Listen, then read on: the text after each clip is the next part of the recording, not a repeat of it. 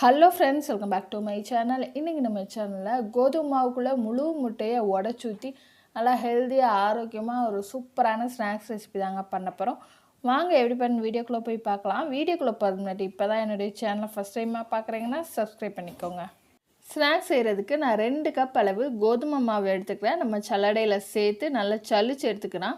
அப்போ தான் கொஞ்சம் திப்பியாக இருந்தாலும் பார்த்திங்கன்னா சல்லடையில் தங்குறதுனால நல்லா சலிச்சுட்டு 1/4 டீஸ்பூன் அளவு உப்பு சேர்த்துக்கலாம்.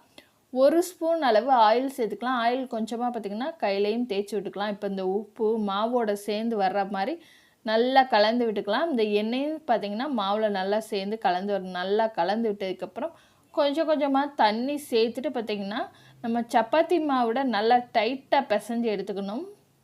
இந்த ஸ்நாக்ஸுக்கு பார்த்திங்கன்னா நம்ம நல்லா டைட்டாகவே பிசைஞ்சுக்கணும். ரொம்ப தண்ணி ஊற்றி பிசைஞ்சிடக்கூடாது. நல்லா டைட்டாக இந்த அளவுக்கு இருக்கணும். ஸோ நல்லா பிசைஞ்சு எடுத்தாச்சு. இப்போ இதை மூடி போட்டு ஒரு 10 நிமிஷம் ஊற வச்சு எடுத்துக்கலாங்க.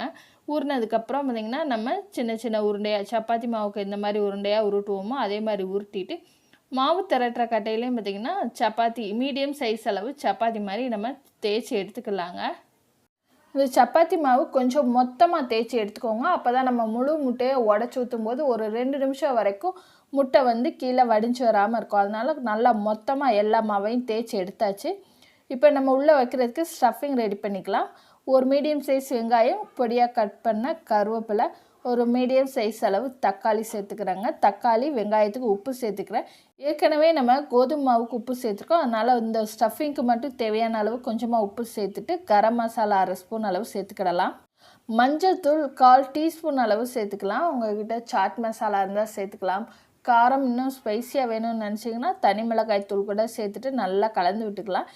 இந்த மாதிரி பார்த்திங்கன்னா சின்ன கிண்ணம் எடுத்துக்கலாம். அந்த கிண்ணத்து மேலே நம்ம திரட்டின மாவு சப்பாத்தி மாவு மொத்தமாக திரட்டின மாவு ஒன்று வச்சுட்டு நம்ம முழு முட்டையை உடச்சி ஊற்றிக்கலாம். அந்த முழு முட்டைக்குள்ளேயே பார்த்திங்கன்னா நம்ம ஸ்பைஸியாக ரெடி பண்ண மசாலா வெங்காயம் தக்காளியும் கொஞ்சமாக 1/2 ஸ்பூன் மட்டும் வச்சிடலாம். இந்த முட்டை இந்த மசாலாலாம் வெளியே வராத அளவுக்கு நம்ம சப்பாத்தி மாவு இன்னொரு மாவு திரட்டின மாவை அது மேலே போட்டு நம்ம க்ளோஸ் பண்ணிடலாம். க்ளோஸ் பண்ணிவிட்டு கரெக்டான அளவில் க்ளோஸ் பண்ணிவிட்டு அதே சைஸ் உள்ள இன்னொரு கிண்ணத்தை பார்த்திங்கன்னா சரியான அளவில் வச்சுக்கோங்க. அப்படி வைக்கும்போது தான் பார்த்திங்கன்னா சுற்றிலும் பார்த்திங்கன்னா கேப் இல்லாமல் இருந்தால் தான் முட்டை நம்ம எண்ணெயில் பொரிக்கும் போது வெளியே வராமல் இருக்கும். அதனால் கரெக்டான அளவு வச்சுட்டு இந்த மாதிரி எக்ஸ்ட்ரா உள்ள மாவெல்லாம் எடுத்துடலாம். எக்ஸ்ட்ரா உள்ள மாவெல்லாம் எடுத்துட்டு இப்போ உடனே நம்ம டக்குன்னு பார்த்திங்கன்னா 1 நிமிஷத்துலேருந்து ஒரு 2 நிமிஷத்தில் நம்ம ஒரு கடாயில் சிம்லே வச்சு பொரிச்சு எடுத்துக்கலாங்க. நீங்கள் முட்டை உடச்சி ஊற்றிட்டு ரொம்ப நேரம் பார்த்திங்கன்னா இந்த ஸ்டஃபிங்கை வச்சுருக்கக்கூடாது.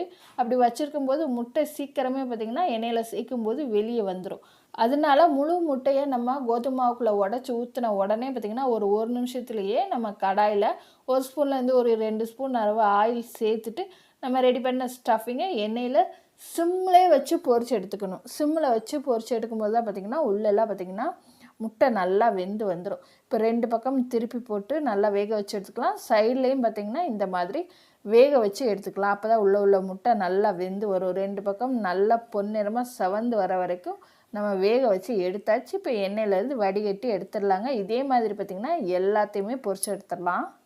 கோதுமை மாவுக்குள்ளே முழு முட்டையை உடச்சி ஊற்றி நல்லா ஸ்பைஸியாக வெங்காயம் தக்காளி எல்லாம் சேர்த்து சூப்பரான முழு முட்டை ஸ்டஃபிங் ரெசிபி ரெடி பண்ணியாச்சுங்க. இது காலைல பார்த்திங்கன்னா டிஃபனை கூட எடுத்துக்கலாம். ஈவினிங் ஸ்நாக்ஸாக கூட நீங்கள் குழந்தைங்களுக்கு செஞ்சு கொடுக்கலாம்.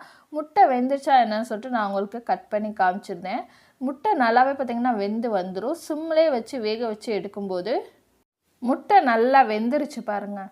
நீங்களும் உங்கள் வீட்டில் ஒரு தடவைனாலும் இந்த ஸ்நாக்ஸ் ரெசிப்பியை உங்கள் குழந்தைங்களுக்கு செஞ்சு கொடுங்க. கண்டிப்பாக கட்டாயம் விரும்பி சாப்பிடுவாங்க. இந்த ஸ்நாக்ஸ் ரெசிபியை செஞ்சு பார்த்துட்டு எப்படி இருந்துன்னு உங்களோட ஃபீட்பேக்கை என்னோட கமெண்ட் பாக்ஸில் கமெண்ட் பண்ணுங்கள். உங்களுக்கு இந்த ரெசிபி பிடிச்சிருந்தால் லைக் பண்ணுங்கள், ஷேர் பண்ணுங்கள். மறக்காமல் என்னுடைய சேனலை சப்ஸ்கிரைப் பண்ணிக்கோங்க. நம்மளோட சுகம் ஃபுட் ப்ராடக்ட்லேருந்து 33 சிறுதானியங்கள் சேர்த்து ஹெல்த் மிக்ஸ் சத்துமாக ரெடி பண்ணி கொடுத்துக்கிட்டுருக்கோம். மில்லட் ஆட்டா மாவு சப்பாத்தி மாவு உங்களுக்கு தேவைப்பட்டதுன்னா ஸ்க்ரீனில் தெரிஞ்ச வாட்ஸ்அப் நம்பர் ஹாய் மெசேஜ் பண்ணி நான் டீட்டெயில் எல்லாம் சென்ட் பண்ணுறேன்.